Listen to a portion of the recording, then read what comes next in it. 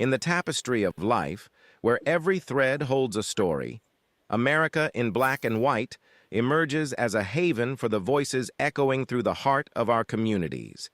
In this podcast, we wade through the rivers of our collective experiences, celebrating the vibrant hues of change brought forth by the whispers of hope and the roars of action. It's more than just a conversation. It's a journey into the heart of our society, illuminated by the light of those daring to dream and do. Join us, and let your voice be the melody that guides us toward a dawn where every color finds its place in the masterpiece of our shared destiny. Together, let's paint a future brimming with the positives that dwell in our minds and the actions that shape our world. Good evening, ladies and gentlemen, and welcome to another episode of America in Black and White, where we are coloring conversations on the canvas of America. Tonight, our special guest is Mr. Nate Paxton. Nate Paxton, my name is Nate Paxton, and I've been blessed to play Division I football at Georgia State University, as well as coach there for 4 seasons. I earned my bachelor's degree in business administration with a minor in hospitality. I then earned my master's degree in health and physical education.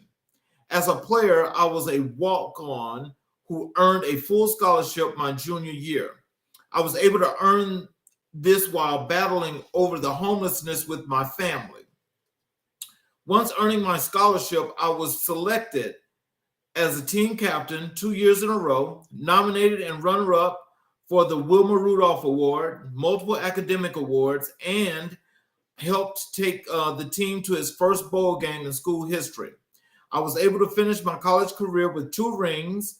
After college, I was able to get NFL opportunities to work out with Falcons and the Seahawks, a few CFL minicamp opportunities, played in China where I earned a gold medal, and I finished my playing career in the IFL playing arena football.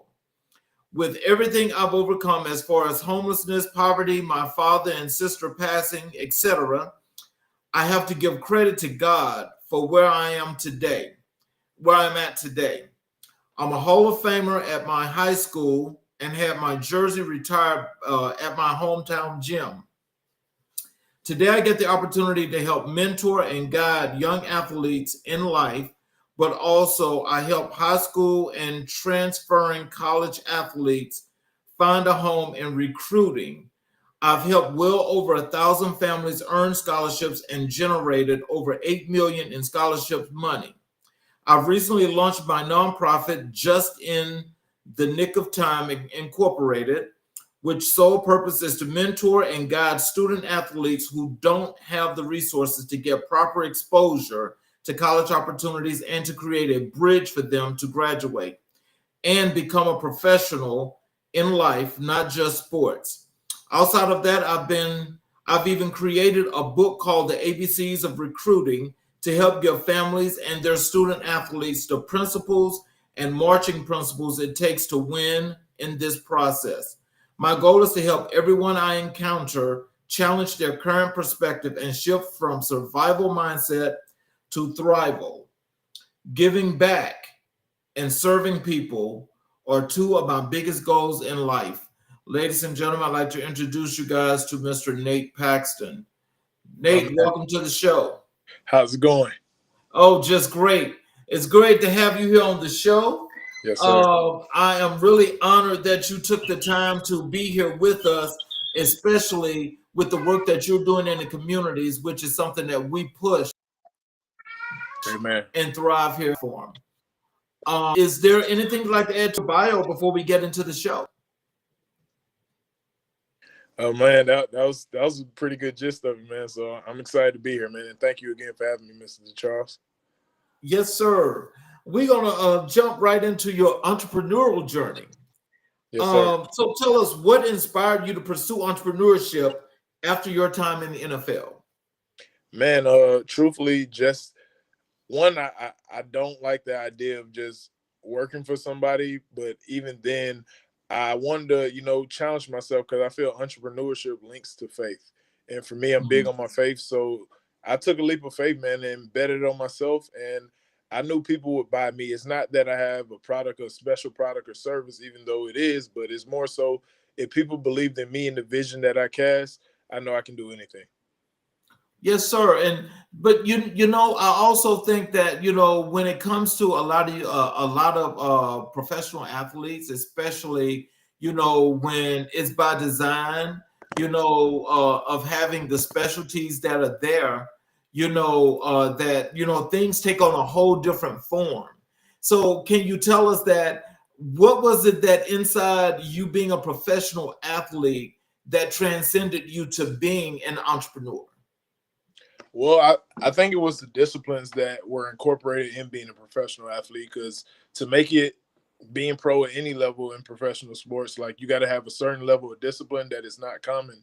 And the same with entrepreneurship, because there's nobody over you, making you do this same way like professional sports. It get to a certain point, and in high school and college, you have coaches there pushing you, telling you when to show up. Professional sports, you show up to practice. Outside of that, you got to put in all the work yourself. So if there's Mhm. nobody there to basically guide you, I mean, you're either going to end up getting cut or released or whatever it may be. But for me, I love the thrill of that. I love that, it depends on me how much money I'm going to generate or how much opportunity I'm going to get. It depends on me. Like I wake myself up every day early, 6:30 a.m. to just be ahead basically, versus waking up and sleeping in bed just because I know I can. Wow. So, how did your athletic discipline translate into business leadership? Man, so I was a team captain everywhere I've ever played. And for me, just taking the principles that I apply, outworking everybody, being the first one to leave, last one to go when it came to just showing up at practice, I incorporate that in business. And then I'm a big follower of John C. Maxwell. That's one of my guys. So for me, like I'm studying him all the time. And when it comes to leadership, people will never care how much you know until they know how much you care. So I incorporate that. I was doing it as a player. I care for all my guys. Everybody's relationship with me was different because they're different people. I do that here now in entrepreneurship, and when I'm encountering families, like man, I know every family is going to be different, but the point is I care about people. And for me, if I can show them that I care, they end up letting down their trust and trusting me basically. And that's all I'm looking for. I'm just looking for mutual trust, because if you trust me, I can trust you to do the parts that I need you to do. So, so do you lead by example, or do you let the examples do the leading? Oh, that's a good question. I think I do both. So I lead by example with my actions for sure, but I set the example too. So I also make sure that people see like, hey, this dude, he's not just talking about it. He's actually leading with his action, because words are only going to do so much for certain people. They want to see you do it. So for me, I'm big on results, and I always tell people results over opinion, documentation over conversation. So, your organization is a nonprofit. Is that correct? Yes, sir. So, can you tell us what made you get into the nonprofit sector? Man, for me, I'm currently still in the for-profit a little bit, but nonprofit was just something where I can get a lot more people to attach to the vision, because with for-profits, not everybody wants to be a part of your for-profit, no matter how great it is. But with a nonprofit, the the side of it that I love is that it's the philanthropist side of it, where people want to donate. They want to donate towards a good cause. The cause that I have is purely to serve communities, help this younger generation not only make it to college as an athlete or whatnot, but also get to the next level of life. Because most kids, less than 1% will go play professional at any level. But from Right. there, you can go be a pro HVAC, pro construction, pro something, where Mhm. now you can go be a pro in life and set your family up in a great way. So for me, I understood with nonprofit, I could gain a lot more resources than I could if I went the for-profit way and stayed that way. Because with for-profits, you're only going to get a little bit. With nonprofits, the community wraps their arms around you. And for me, I'm big on community. So, tell us about your nonprofit. Tell us what is the name of it and what does it do? Yes, sir. So it's called Just in the Nick of Time. My mother actually came up with the name. She's amazing. I have two younger brothers. We all play college D1 ball, etc. And their name Jamal and Terrell, and my name is Nate. So my mom said JNT. So the J is Jamal, the Nick is Nate, and the T is Terrell. So the same way God showed up for my family when we was going through everything we did, I want to show up for these kids just in the nick of time, because a lot of kids are going into their senior year, have never talked to a college or a university. And for me, if I could just get my opportunity just to creep into their situation and just help them actually pivot and figure out, hey, this is what you should be doing. You should be getting your resume and your transcripts on these college coaches' desks. And from there, now you start the conversation. I teach them how to navigate it, because at the end of the day, this is a business. And if you don't conduct yourself like such, you won't get any business. So Ooh, what you talking about? yeah, man. So I do my best to mentor them and guide them, not only just on the athletic side, the academic side, because that's way more important than sports. That window of opportunity that we get to play our sport is so small, but our communities always glorify go pro, go pro. I did it, but I knew I wanted to get multiple degrees, which I did. And from there, now I'm just leveraging that to go pull back and reach back and grab some families, but just mentoring them, guiding them through the process. And from there, in the last 5 years alone, I've helped over 1,100 kids get offered. And man, it's been a blessing. Oh, wow. What was your first venture and what did it teach you? Ooh, good question. So it's funny, it was a network marketing company called World Ventures. That was my first like step into entrepreneurship. I had a lot of like jobs. I worked at Planet Fitness. I did catering. I was working at a newspaper company where I was a paper boy basically, and so many other things. But I was like, man, I know entrepreneurship is the way, because I'm big on my faith. And when you look in the Bible, everybody's job was the taxpayer. They didn't say he worked for Jackson and Hewitt. He was the taxpayer, tax collector. So it's like, that was what they did. That's what they're known for. That was their business. So for me, I'm like, okay, God didn't put me here to go, work slave for anybody else outside of my vision and his vision ultimately. So when I seen World Ventures, that company, I was all in on it, just because I seen a way. I seen entrepreneurship in a different way. And from there, I was like, okay, even with that, I still felt like I was working for somebody, because you know how they build teams, etc. And I was just like, man, there's a better way. And even then, travel was cool, but I want to impact. Impact is very important to me. I want to impact the community. And I know working with kids and doing what I love around being around sports, that's the way to go for me. Mm. So, how do you define success as an entrepreneur? Mm, mm, mm, mm. So success is the attainment of a worthy ideal. So for me as an entrepreneur, my personal goal is I want to impact over 1 million families. And like I'm documented as I go, but I really want to impact over 1 million families. So to me, that's my success goal. Some people might be, they want to make 100,000, whatever. I feel like if you serve enough people, the money will catch up. If you serve God enough, the money will catch up. And that's how I live my life. So I serve people and I allow the money to do whatever it does. But for me, if I keep serving people with a pure heart, I know the money's going to come. Nate, I got to tell you, it's personalities like yours and it's people like you that, the community more than needs people like you, because, it's that truthfulness, and it's that feeling and aspirations of actually doing things to help to build the community and to give back to the community. That means more than anything, I know, for a lot of people that lives in various communities. And so like for a lot of people that seem to forget where they come from, or just forget communities in general and just say, well, I got mine. Sometimes I wonder, what is the actual thought process that can actually have a person just feel that way?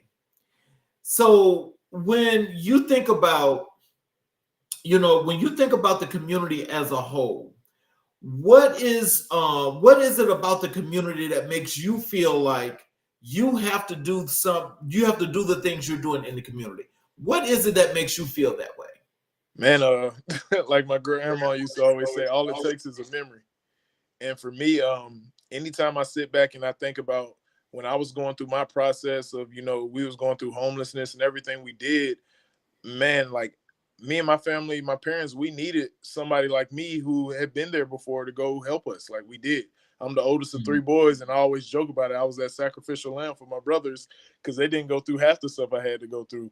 But for me, that allowed me to go back and be like, hey, everybody in society these days always talk about this new generation, they're this, they're that. But for me personally, I'm like, well, be the change you want to see.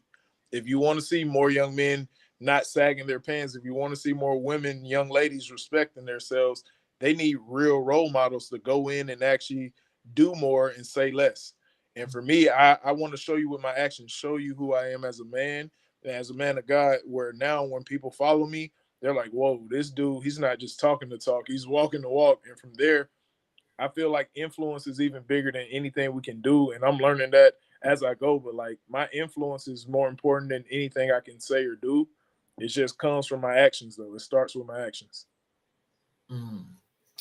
So, what challenges have you faced building businesses as a Black man in America? Ooh, that's a.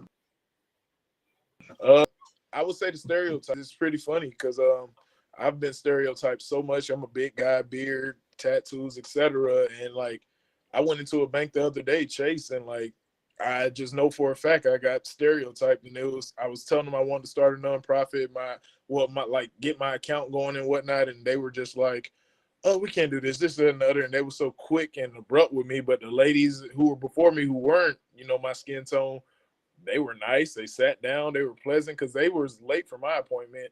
And I was pleasant. I said, it's okay. Hey, it's fine. I'll be here.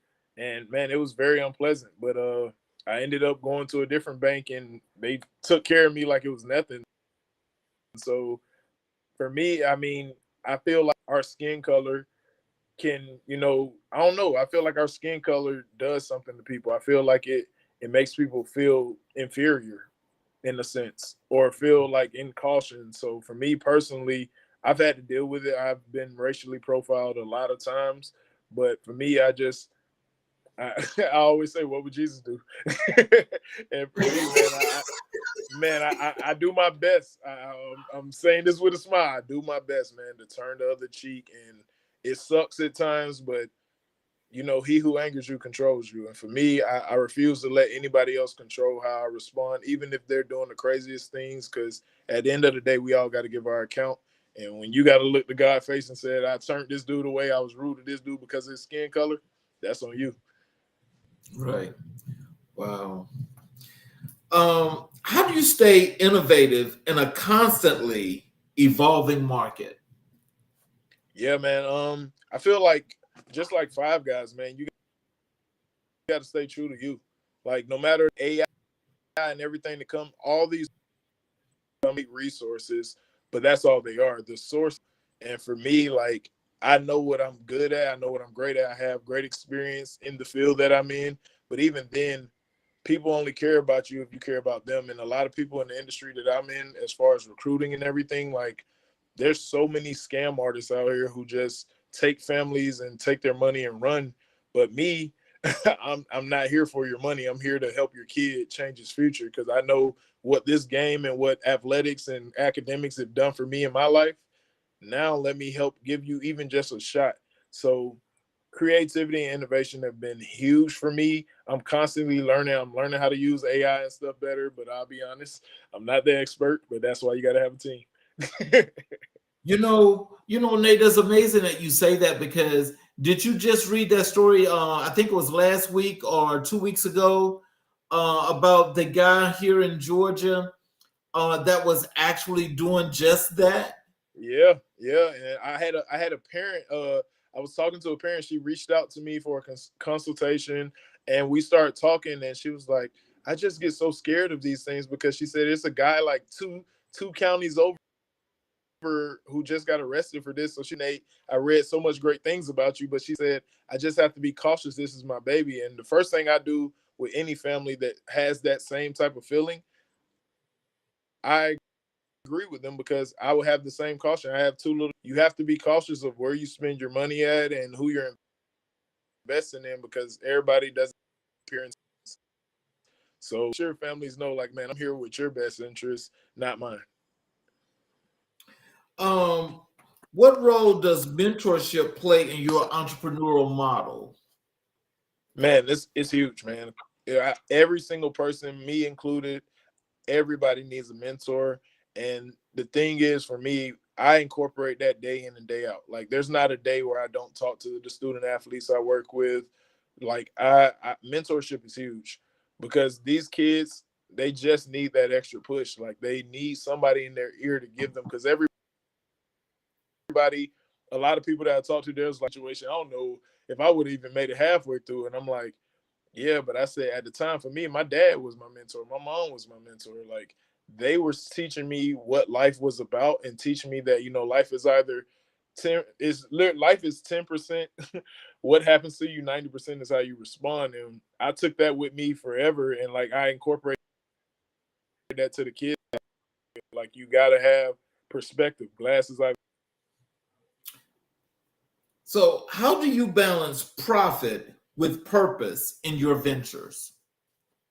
Yeah, so for me, a lot of the purpose that I walk in, I've done a lot of free courses where I go to high schools and educate families and whatnot. And God is amazing because as soon as I go do a free course, out of nowhere, somebody's calling me to come speak or paying me to go do this, that, and the other. So for me, man, like I truly chase my purpose more than I chase anything because I know my purpose will create profit. So when you are as you're doing your business, and with the model that you have set for your nonprofit, can you tell us, like, is your nonprofit going to be one that's going through the transitional process of being small to getting large, or do you have like a space already that you guys have created that you're just doing all of your work within? Yeah, so we're creating that space now. I wouldn't even say we're small. I would say we're medium sized, but we're looking to be large, man, because I want to be a global face for change. So I don't. Mhm. Yes, the U.S. is amazing, but I currently work with kids that are in Brazil. I have a couple kids in Africa. So for me, like, there's kids all over the country that want to come to the U.S. and go to college and play college sports. And for me, Mhm. even if the goal is not to get every kid in college, because every kid won't go play college. But if I can at least have my footprint in every area, that's a huge goal of mine. I want to be a global face for change. Okay. Um, we haven't done this in a while, but I want to do a word association game with you. I like that. Okay. I'm going to just call out a word, and I want to get the very first thing that comes to your mind. All right. Okay. Um, people,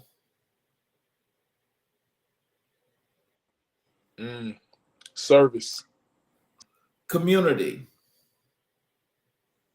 togetherness, business, purpose, sports, vehicle, purpose, God's will, work, pleasure, recruit, mm, bring on, philanthropy, service to many, Black history, me, time. limited. So, with those words and remembering each of those words, can you tell me which one of those words means the most to you and why? Time. We're here for a limited amount of time on earth. And I feel if you don't find your purpose and you don't find your calling, you're just here existing instead of walking in your purpose. And a lot of times we go through life and we like, I'll do it tomorrow, I'll do it this day, I'll do it this minute, but that's not guaranteed. Like as we're on this podcast, somebody just passed away. So for me, I take time as the most precious thing ever. And I've never been a procrastinator. When it comes to getting stuff done, I get it done. And that's how I feel we should move in life. We should move with intention. We should move with purpose. because time, we only have, that dash on our grave. Like you got your start date and end date. That's already been done. We God knows when that's going to happen. But what we do in the middle is time. Time is the biggest one. Mm. So let's transition over to your work as an author. And tell us what motivated you to begin writing. My mom, man. She's my mom is like a bookworm, and all through growing up, she used to write, write, write, write, write. And for me, I knew I wanted to write books. I wrote a children book that I'm working on getting published, but the book that I've already published is it's in the space that I'm in. Like I know a lot of families don't understand the recruiting process. They don't understand how to help their kids. So for me, if I can give them a manual, because you get a new phone, they give you a manual, but not many people read it. But this is this is something that I know everybody wants. Everybody wants to help their kid. For me, I know they do, and I laid out practical. I laid it out because there's a lot of information that the media don't want you to know. They just want you to go here, there, and the other. But for me personally, it's like, how can I educate families in a way to put them in position? Because if I could teach you how to own the pond and not just, get a fish, now we talking. So what themes do you explore most in your work? You said what themes? Uh-huh. I would say I have a lot of single parent homes that I encounter. Those are a lot of the situations I run into, and families that just lack knowledge. And for me, the biggest thing that I would say with that is, with social media clouds judgment. It clouds knowledge as well too, because there's so many things out there, and a lot of people are not. If you want to hide something, put it in a book. And for me, I know that, like they say from a black person, but I mean, I've encountered some of my buddies who are white, Hispanic, and different, and readers are leaders, man. So for me, I know people need this information, but we also got to wake up and understand, like, man, we got to become readers, because we're not meant here to just be on our phone scrolling all day. Like, get in the books. Mm-hmm. So, but so in writing, I mean, have you projected, or pretty much, shall I say, set aside, some of your future projects that you're going to venture in, or are you just going to stay in one genre? No, I've definitely it's a couple other things I want to get into, but right now I'll put it like this: like I got to blow this one out of proportion before I jump into anything else. I feel like the media and everything else will tell you multiple streams and all this, which is great, but you create multiple streams if you don't got one stream going.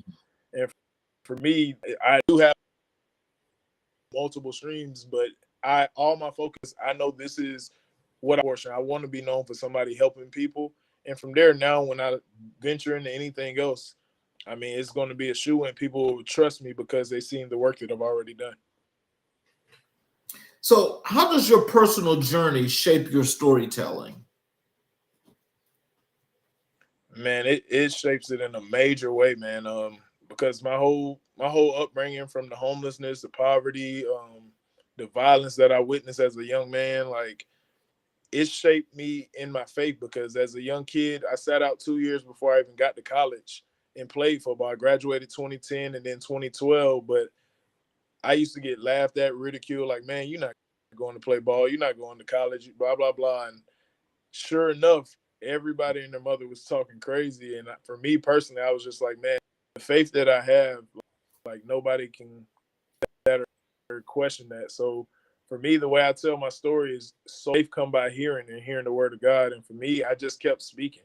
I kept running my mouth about what I wanted. Like, I knew I was going to go to college. I knew I was going to graduate. I knew everything that I knew was going to happen. It happened. Even from my wife and my kids, I spoke that, and it happened. Wow. What message do you hope readers take away from your books? Oh, perspective. The perspective that they gain from it, I really want them to see that when it comes to recruiting in anything in life, you have to put in the work. Work is the work. And most people are, what's the shortcut? There are no shortcuts in life. It sounds cliche, but there really aren't.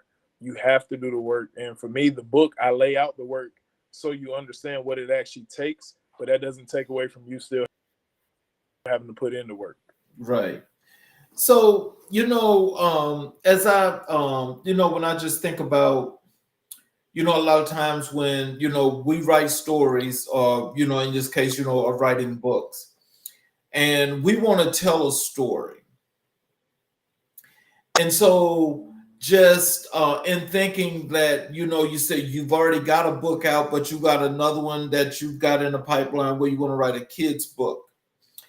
So when you're telling this story, I mean, how relative are the stories that you're telling in your books going to be to you? They're going to be very relative, man, because a lot of people don't think outside the box, and they don't understand that it's like a shark in the shark tank. You put him in a fishing bowl, that's as big as he's going to grow. But exposure creates expansion. If I put him in a big enough bowl, now he's going to grow. If I put him in the ocean, he's going to grow as big as he could possibly get. So for me, every book that I write, the book that I have wrote, it creates a place of it to really expand, because most people only think one way instead of thinking like, man, like we serve a big God and we can't bankrupt God. So why would I let my goals be small? So do you think that by writing your books, especially the one that you have out now, that the impact that you're looking for, how are you marketing to that audience, or how long ago was it that the book came out? It came out. I've been marketing Okay. it really hard. As far as just, I did a couple ads through social media. I've been doing a lot of direct messaging and just using. I have a pretty good social media following, so I've been leveraging that. But ultimately, my goal is to get this book into schools. And like, if I can Okay. get this into every student athlete, like, I'm not gonna lie, it's gonna shift the perspective of their mindsets, because one is gonna teach them that they don't have to just solely be an athlete, but even then, it's gonna teach them how to navigate properly and understand how to. It's business principles. Like, if you don't learn how to operate in business now, because recruiting is $1 billion business, you just won't be operating. Hmm. Wow. I honestly think for your book, I think you should have at least a virtual book launch, Mm. because I think for the premise of your book, and the purpose that it serves, because it actually serves a large audience of people, that it's time for people to see some of the realness about getting into that area of life. You know, how do you approach vulnerability and truth in your writing? My story isn't for me. So the moment I learned that, I didn't learn that until I earned my scholarship my junior year. But when I understood that my story was not for me, because I used to be like, man, I'm not going to tell this. It's a lot of people who go through what I went through, but I had to understand a lot of people speak on it. And for me, being vulnerable is the only way I can get more people to see, like, it's okay that I'm going through this, or that I'm dealing with this right now, but I can also make it, because I'm always telling people about there's a story of the dude who was a drunk, and he had two sons. One son ended up a drunk, the other son ended up extremely successful. They asked them both what was the reason. My dad was a drunk. So if you get that perspective and you start to understand, like, the more vulnerable you can be, the more people you're really going to help. Mhm. What was the most difficult chapter you've ever written? Mm, mm, mm, mm. Uh, I would have to say it was a chapter on faith, and it was just because a lot of times the circumstances that we face, it was faith over facts. Your facts are legitimate, but at the end of the day, like, your faith that you reside in, that's what's going to carry you, because you can be facing everything you're facing, from homelessness, whatever it could be, but if your is, ground. How do you see your writing contributing to cultural dialogue? Man, I feel it's going to break the barrier of being that one, us as Black men we can write books. Because a lot of times, like when you read all the different books, like I love John C. Maxwell, I love the Robert Kiyosaki's, I love all these guys, but they're not my skin tone. And for me, showing the younger generation counter, this is going to show them that one is possible. So much praise, and they was like, man, you did it. And I'm like, man, you can too. So I think that's something that is going to show that it's possible. So which authors or thinkers have influenced your literary voice? I would say Myron Golden, Miles Monroe, for sure. His leadership, Queen. I'm trying to think. It's so many. James Clear. It's so many good ones, man. Dale Carnegie. How to Win Friends and Influence People. Man, I'm a reader, so it's so many authors I can just go out and name. But those are some of the guys like that have really helped cultivate. And Bob Proctor, he's another great one. Like, he's phenomenal when it comes to just shifting your paradigm. So, yeah, these are guys I definitely have tuned into, and they've helped shape the way I think a lot, because they're not average, and I refuse to be average.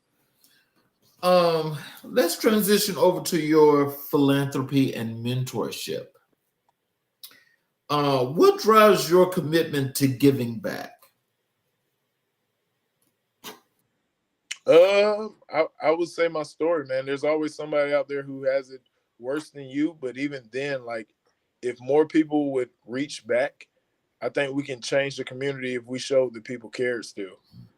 Because a lot of times, people who end up making it or whatnot, so-called make it, they never reach back and go help somebody else. So for me, I feel we should be.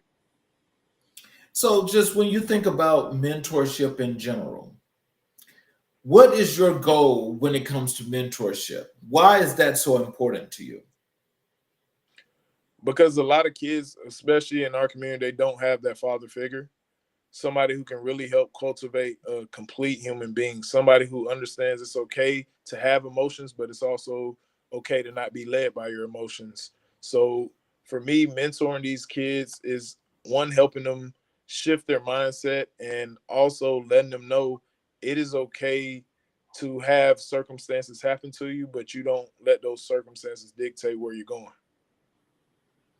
So have you ever done the or thought about doing some kind of work in conjunction with Big Brothers, Big Sisters? I think is that what it's called? Yeah, I actually have. Man, I was just talking to somebody about that. I was like, man, I want to collab, man. I feel like collaboration I'm not competing with anybody. I'm big. Like, if you're serving the community, I don't see why we couldn't serve the community together. And that's how I operate. So I definitely, I was just talking about that literally 2 days ago.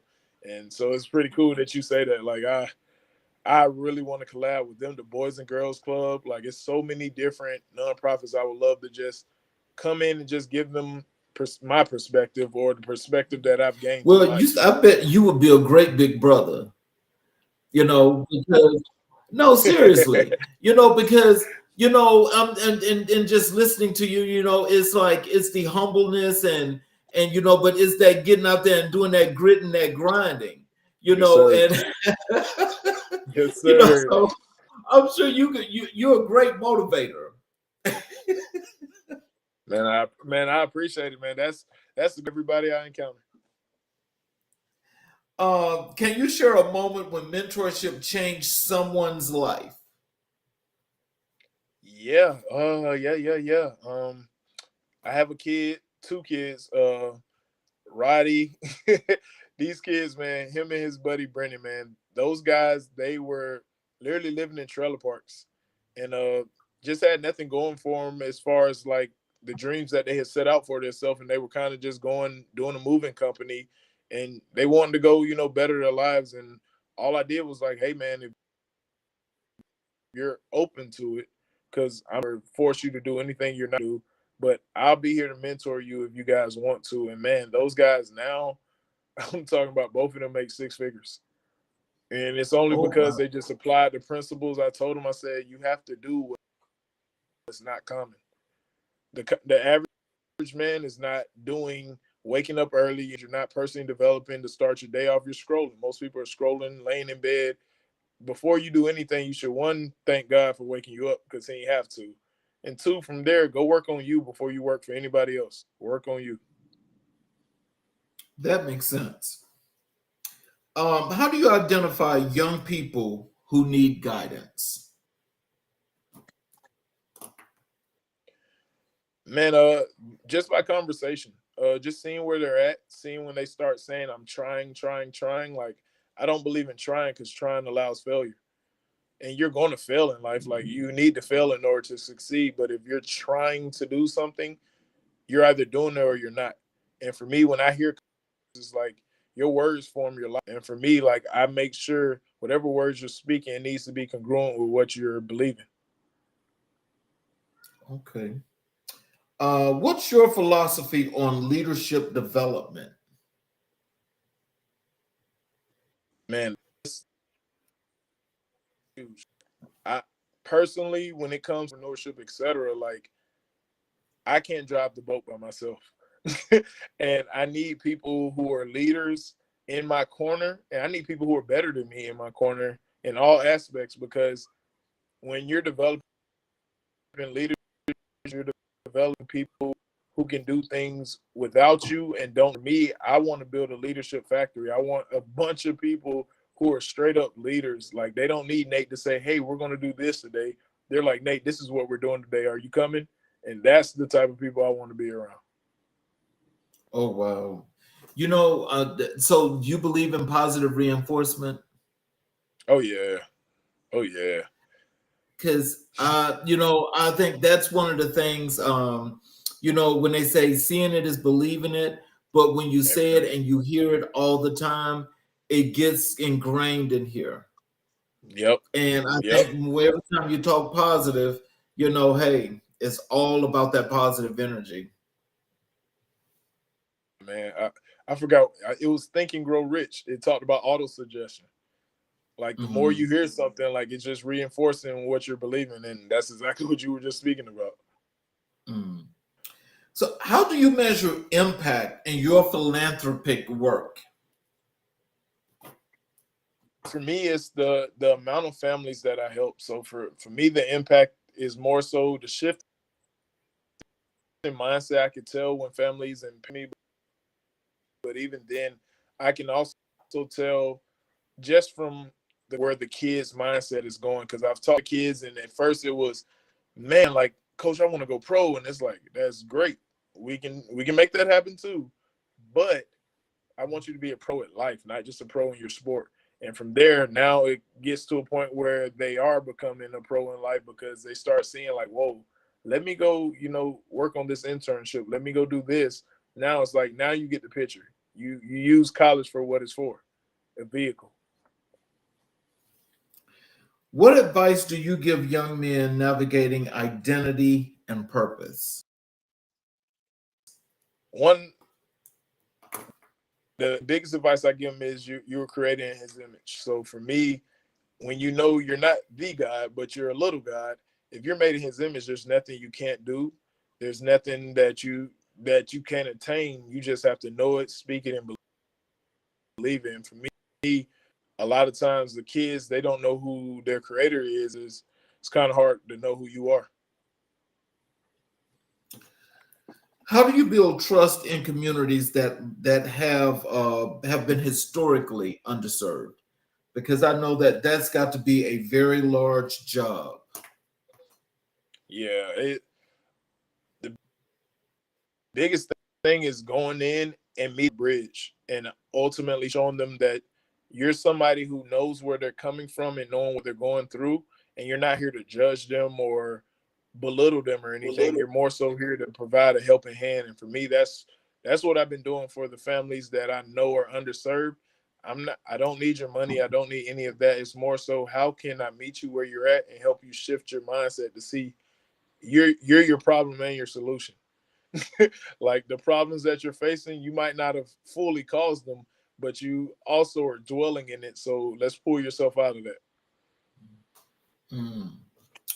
What legacy do you hope to leave through your mentorship? The legacy I hope to leave is a bunch of people who rediscover who they are and what their purpose truly is, and they understand that, this is fulfilled when you are fulfilled. And when I say that, I can't pour into anybody else if my cup is empty. So if I hold my cup straight up and I'm getting filled and let it overflow, that's the only way I can pour into other people. And that's the one thing I feel like we sell ourselves short, trying to be there for everybody and trying to do everything for everybody. I feel you should pour into yourself so much that when it starts to overflow, because that's the state I'm in, I don't selfish in a sense where you look out for yourself before you put anybody else's on. It's for a reason, because you got to look out for yourself before you look out for anybody else. That's the mindset I want to teach these kids, because with NILs and all the things they encounter in the recruiting space, you have a lot of families. I heard a quote one time that said success is relative. When you become successful, all your relatives start coming out. So for me, so when I've heard that, I was like, dang, like, that's so true. Because I know when I made my little spurt to pro sports, I mean, everybody, okay, I don't know you. You talking about you my cousin. I don't know you, but that's neither here nor there. But I want to teach these kids, man, like, you got to be selfish, because at the end of the day, when you make whatever money you're going to make, you don't owe your parents. You honor your parents. Right. That's what the word says. It says, righteous man leaves an inheritance for his kids. So they should have left something for you, not the other way around. So when you're making all this money or whatever you're doing, you shouldn't be the one trying to go buy everybody a house. You should be making sure your kids have something to look back on. And that's the way I live my life. And that's what I'm teaching these kids. Like, look, become selfish right now, and not selfish. And you don't look out for people, but you got to look out for you first. So basically, not being selfish gets you broke. Man, it does it. Let's transition over to your NFL career and your coaching. Can you tell us what was the most defining moment of your NFL career? Making it. Just getting the opportunity to be on the team, or even just have a shot to work out on the team. That was the biggest, because coming from where I came from, nobody made it. And for me, that was probably the biggest thing, especially with my background. Is like, to even get a taste of the NFL was a dream come true. So I would say that's the biggest thing.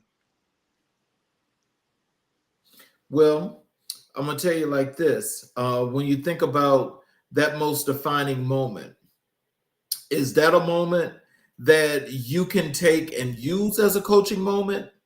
Or is that a moment that you can always have and cherish within that keeps you fueled and keep you moving? Man, great question again. I think it's a little of both for me, because that's something that I always would cherish, because 1%er, it's a mind being a one. So with that, less than 1% get to taste the NFL. So the fact that I did, that's something I'm gonna forever cherish. But even outside of that, when it comes to coaching, like, everybody wants to go, be a pro, or wants to go be the best of the best. And in order to do that, you have to have a healthy obsession. You have to be disciplined.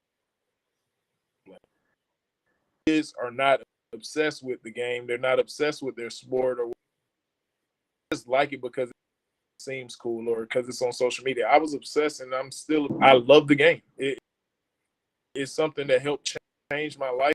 But even then, I grew up watching the greats play, or even get a shot at playing on the same field that a lot of the greats played on. I'm not gonna lie, that's something I'll cherish forever. But I'm also teaching these kids, like, man, there's certain principles you have to abide by if you want to go have that same success. How did playing professionally shape your character? Man, humbled me. It humbled me in more ways than not, because when you think you talk about business, you really don't understand business until you get in pro sports. Because if they don't need you, they don't need you, no matter how great you are.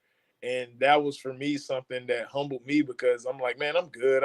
Everywhere I've been one of those guys. You get there, and it wasn't that I was just thinking like that, but in my head, I'm like, I know I'm gonna be around for a while, and it's not the case because they don't need you. So it humbled me in the business aspect, showing me how to run a business. So what lessons from the field do you carry into your everyday life? Man, how you do anything is how you do everything. So no matter what the rep is, the stretch, the lift, however you do it, that's how you're gonna do everything. So if you cheat one thing, you're gonna cheat everything. But if you go all out in one thing, you're going to go all out in everything. And another one is see a little, see a lot, see a lot, see a little.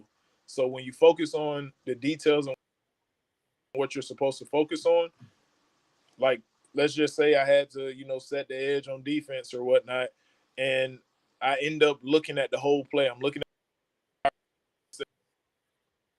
at that tap, like I'm looking at his knee.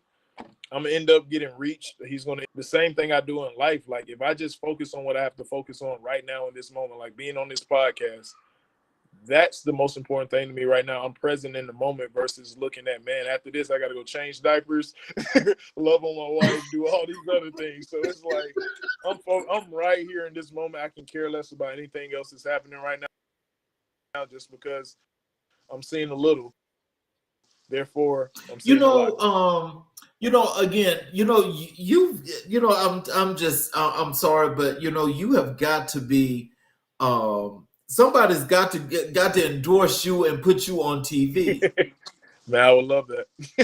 No, I am serious. They've got to, because normally, and I'm not a judgmental thing, but normally, you get a lot of those guys that, especially from the NFL, where it's like the arrogance is like just overflowing, Amen. and it's like Amen. they don't understand the humbleness. And here you are, you're just as humble as they can get. Yes, sir. Yeah, man. So My parents, man, they kept me that way, and as I got older, man, I didn't stray away from it, because, man, I always respect my elders, but even I respect everybody, and I also understand that time that we have here is precious. And I'm like, I would hate for, God forbid, for me to leave this earth and I didn't do what I was supposed to do. And what I'm supposed to do is be a respectful young man who honors God and honors and serves people throughout everything I do.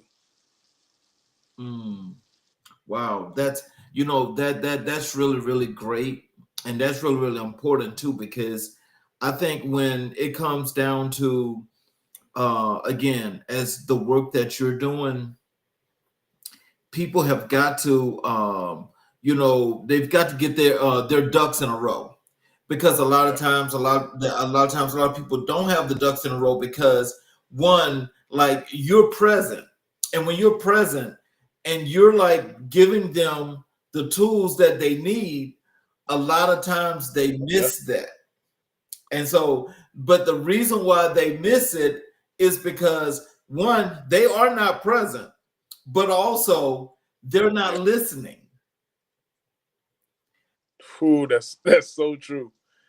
That is so true. Oh my God, that's true. So how do you get them to listen? What are some of the things that you do to get them to listen?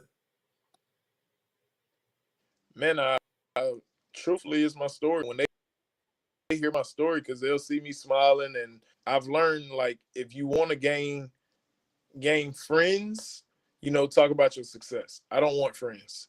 If you want to gain followers, you talk about your failures. And I want to create followers in the sense where I'm creating leaders. And for me, Wow. I'm big on telling people like, man, like, do you understand? Like, I didn't get recruited out of high school. Do you understand? I used to sleep in the car, sleep in motel hotels, like not even know where I'm sleeping. Like, do you understand? Like, the Nate Paxton you see today is not the Nate Paxton from 2, 4, 3 years ago. Like, it just wasn't. So when I start relating to people and letting them know, like, yeah, you're going through it right now, but you're looking at me like I'm just on a totem pole. I'm not. I'm just like you. I just understood that the same breath that was the same breath I had then, and we all got the same 24 hours. So what you do with it is solely up to you. How do you approach coaching as a form of leadership?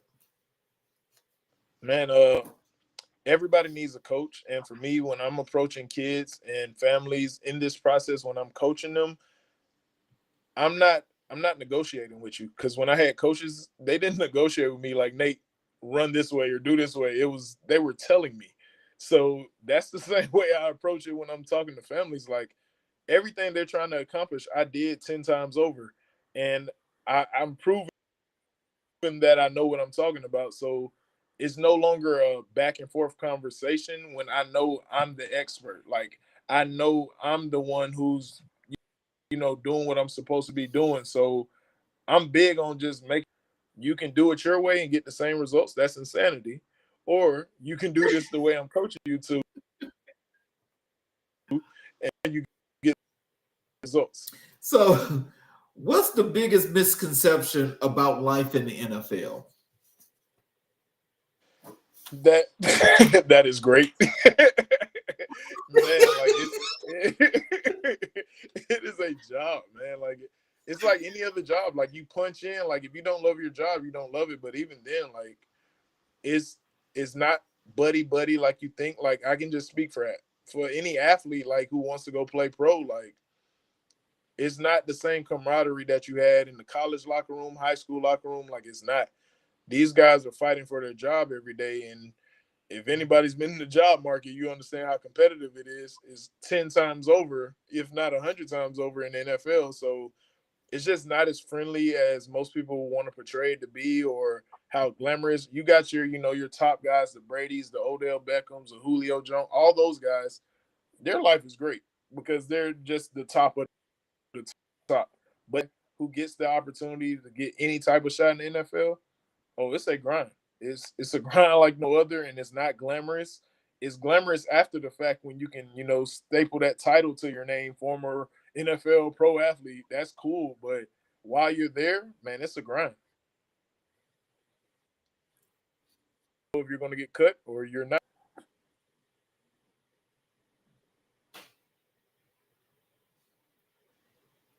Okay, you're back. You was freezing. Oh, So I'm sorry. let me just ask you this, just in your time there in the NFL, when you were in training camp, was that the battle of the best, where all you guys are battling because hey, it's all about that fight because I deserve this spot? Or did you guys have to face that situation, as you were speaking of earlier, to where the folk that got the pass, they just got the pass and everybody else had to battle?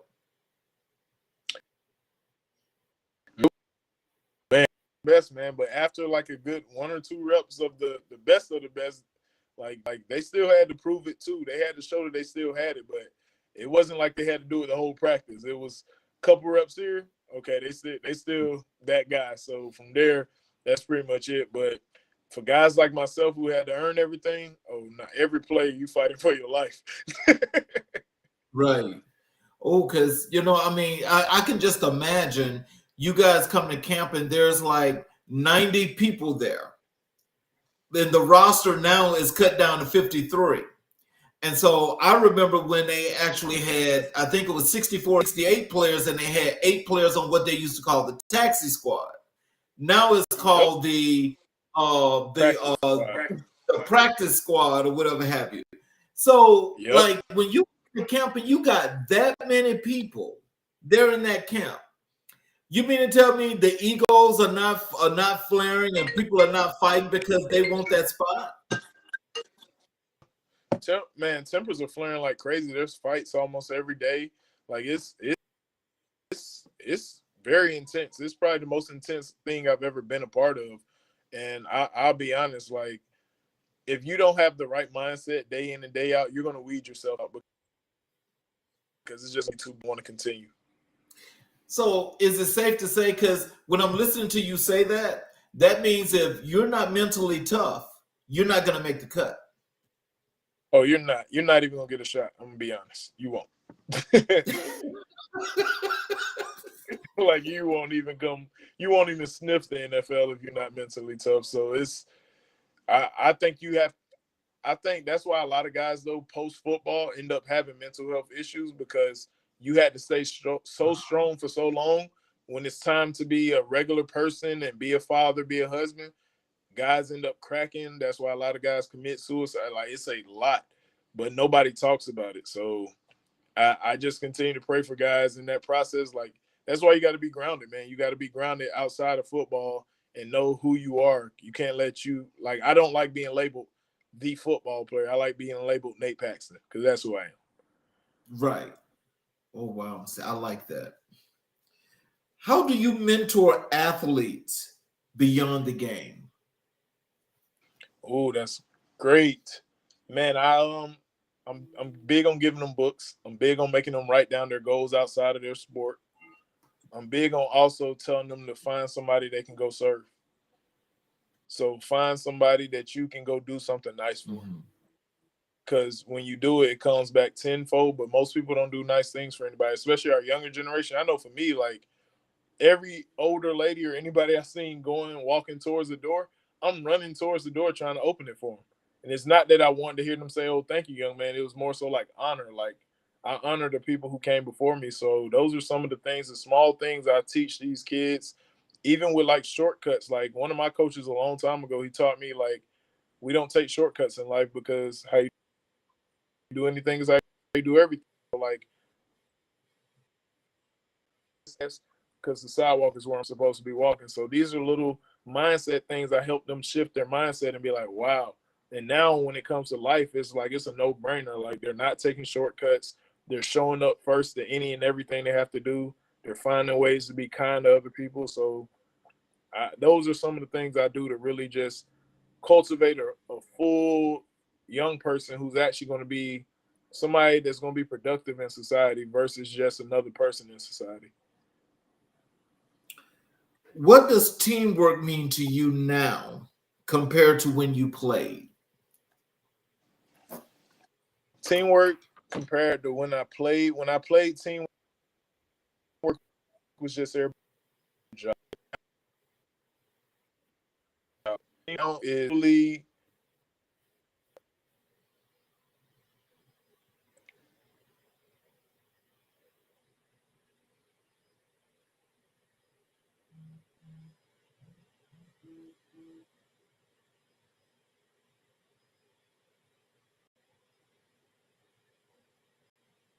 Cam. Yeah. Okay. Okay, there you go. You're back now. I apologize.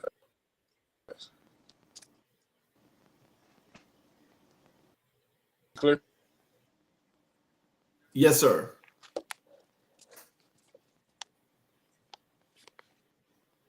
Got you 1 second.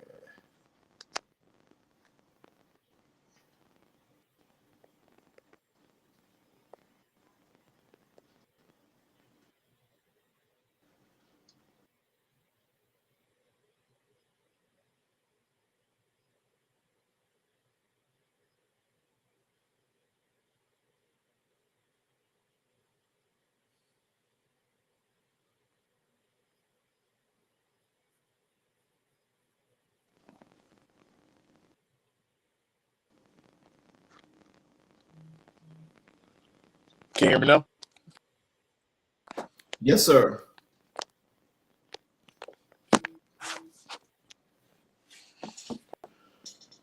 Yeah, we got a bad storm going on over here, so I apologize. This is blacking everything out.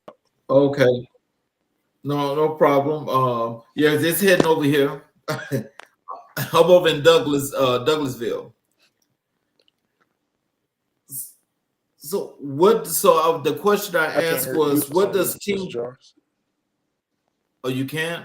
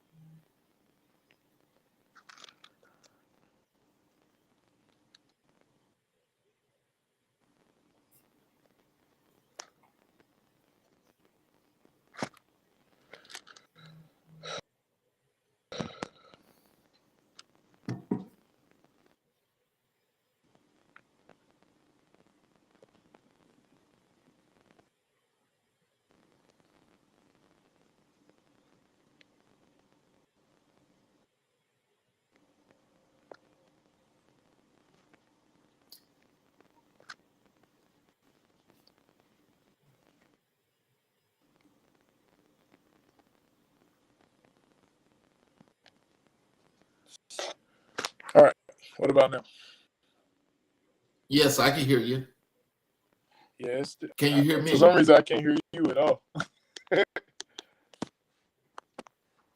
Oh wow.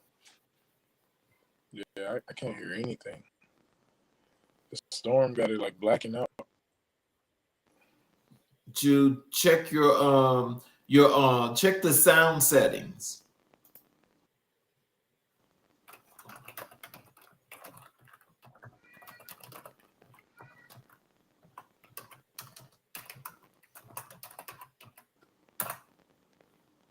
That's weird.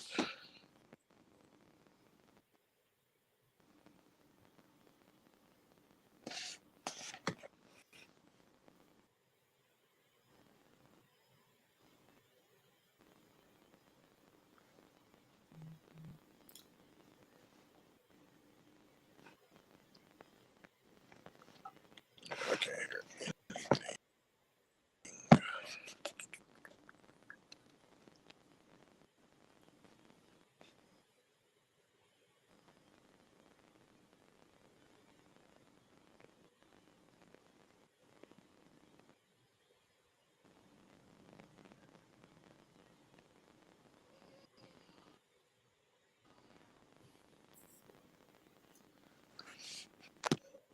Should I try leaving and coming back in, Mr. Charles? Yes. Yes.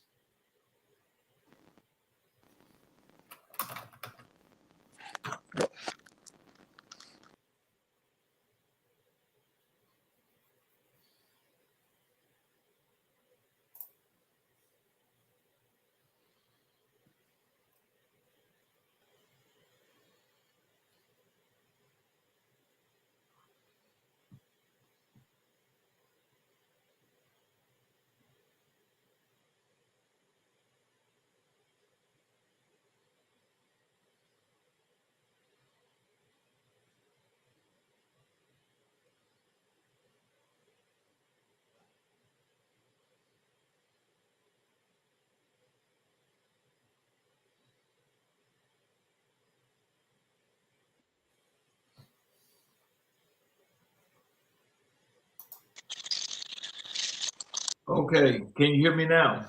All right. Yeah, I apologize, man. It's storming like crazy over here. So you can hear me now? Yep, I can hear you. Okay.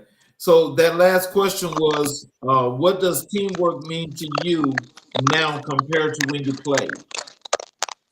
Teamwork when I played was more so, everybody do your part.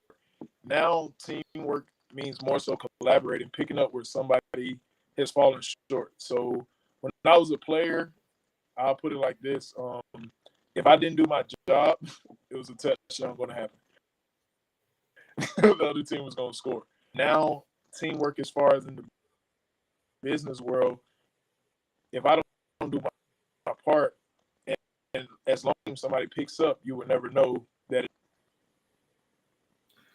How do you help players transition from sports to life after football? Man, I have a lot of guest speakers come by and educate them on the different fields that there are and pique their interest. I basically ask them like, hey, what are some things you like to do? Do you like to? Are you good with your hands? Do you like cars? And from there, I find out what they're good at outside of their sport, and I'll look through my network or see if I know any in that field who can help them see like, hey, even with video games now, it's crazy as it sounds, like you can get paid for playing video games. Just showing them there's so many different avenues that you can go make a living from outside of your sport. But first, you got to find what you're passionate about. So let's transition over to Black history and your personal influences. When I ask you who were the most influential people in your life and career when it comes to Black history, you said Thurgood Marshall, MLK, and Malcolm X. So can you tell us, why do Thurgood Marshall, Malcolm X, and Dr. King resonate so deeply with you?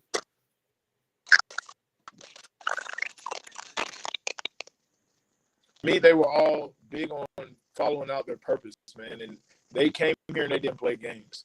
Like everything they did was mission oriented. And I feel like anybody who's on a mission, you won't let anything alter that mission until you've accomplished your goals. So with those guys, they were big on making sure what they set out to do, which was making sure we had equal rights, making sure that our voices are heard. So for me, those three guys on like all in respective ways, they all were just, they wouldn't take no for an answer, and that's how I live my life. Like, so what aspects of Thurgood Marshall's legal legacy inspire your advocacy?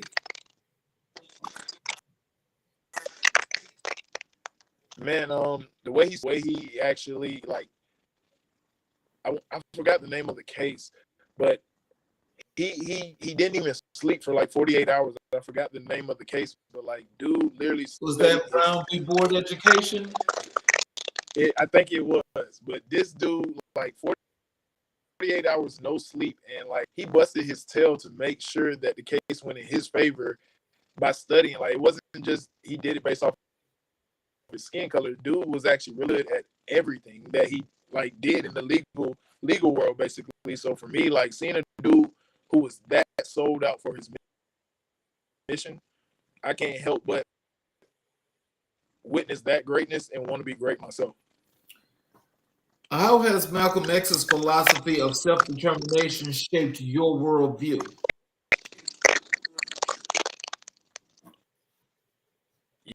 Yeah, for me, I don't, headphones. I don't have anything on because I'm just so self-determined that I don't need anything outside of what God has already placed inside of me to accomplish goals. So it reinforced who I am, basically. He knew who he was, and therefore him carrying out and that's how I live my life by any means necessary. I'm gonna get it done. So in what ways do Dr. King's teaching of nonviolence and justice inform your leadership?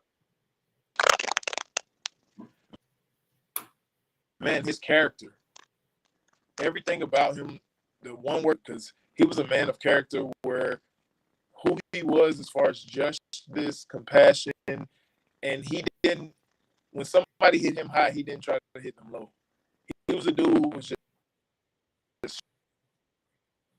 straightforward, honorable, and that's one way I want to live my life, where I never stoop, but like throwing at me, take the higher road, but I also still stick to my guns and do what I. How do you honor their legacies through your work?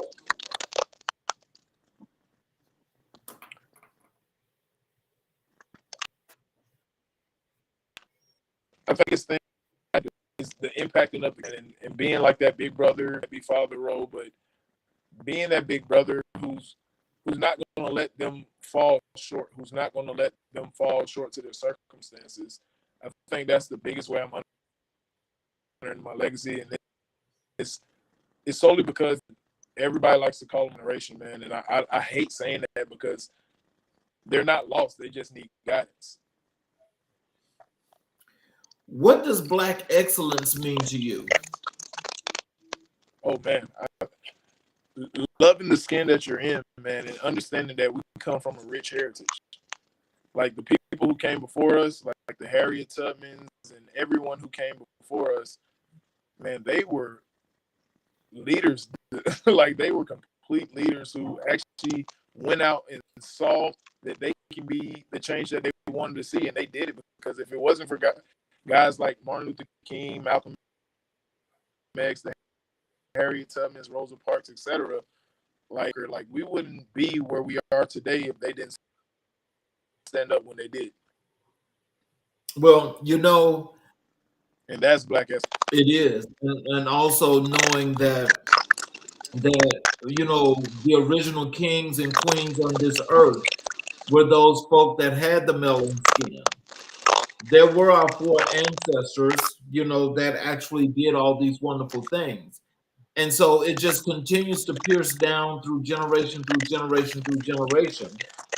And you know, these folk that you're so influenced by,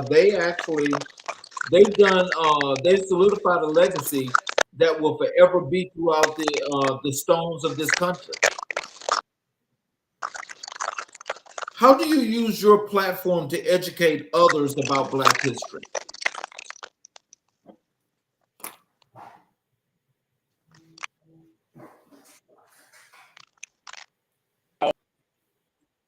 We sit down, we have a long dialogue, and from there, man, I don't know, and from there, I create a game plan where I can actually educate them on all the different things that they're lacking, basically. What message would you give to the next generation about resilience and legacy?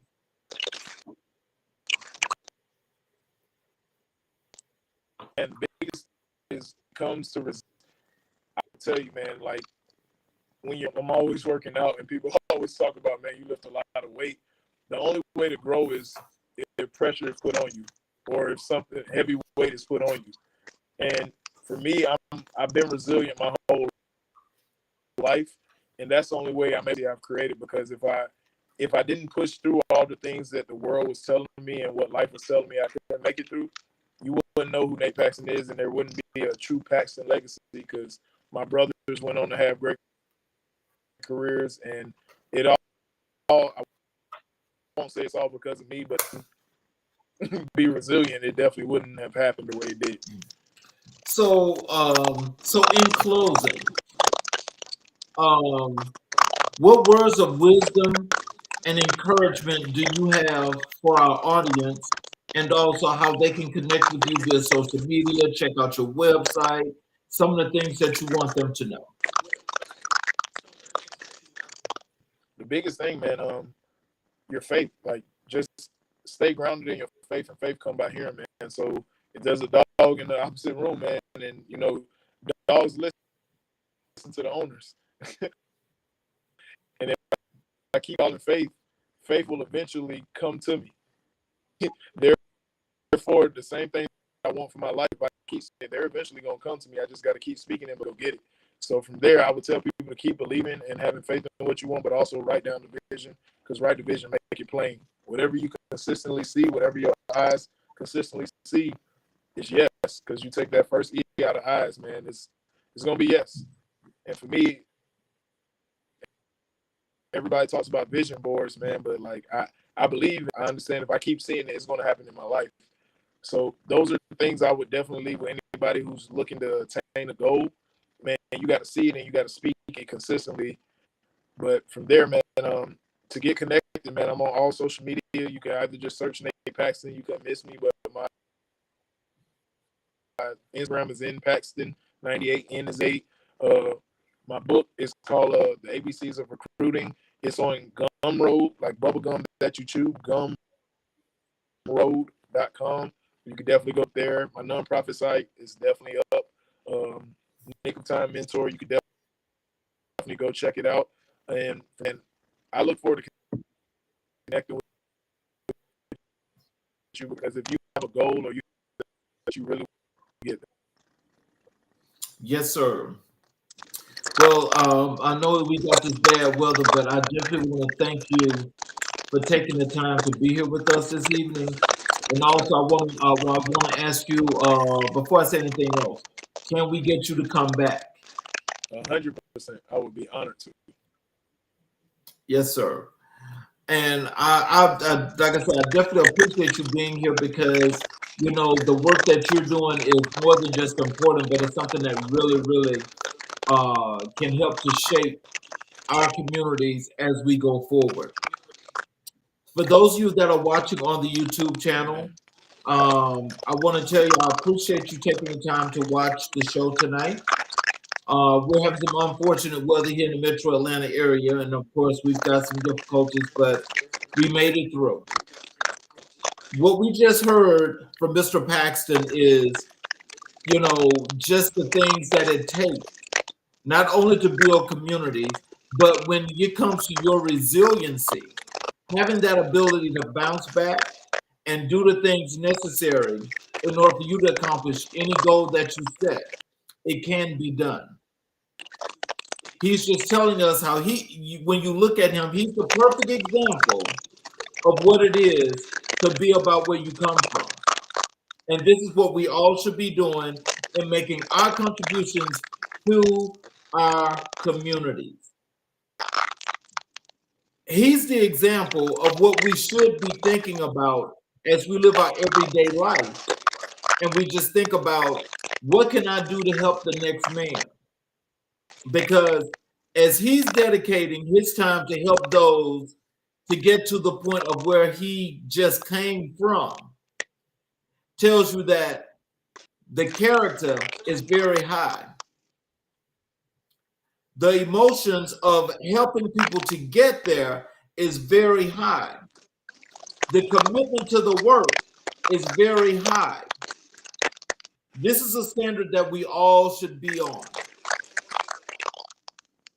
So as we go forward and we think about all of our communities and what we can do next, let's think about Nate Paxton, because he's definitely doing it and he's showing it. So it's the actions that speak louder than the words. So just remember that name as we go forward. I want to thank you all for watching. And I will say, if you all could just please, if you have not, subscribe and get all the notifications to the YouTube channels where you can watch all the shows live, as well as going back and watch each and every episode that we've recorded. We would definitely appreciate that. Also, take some time and join our community, because our community is all about building communities and actually connecting, not just people, but small businesses to people, people to business, business to business. I want to thank you all for your time. We had a great show tonight, and we are going to have another great show tomorrow. Thank you again, Nate. You all have a great evening, and we will see you all tomorrow on America in Black and White, where we will continue to color conversations on America's canvas. Have a great night.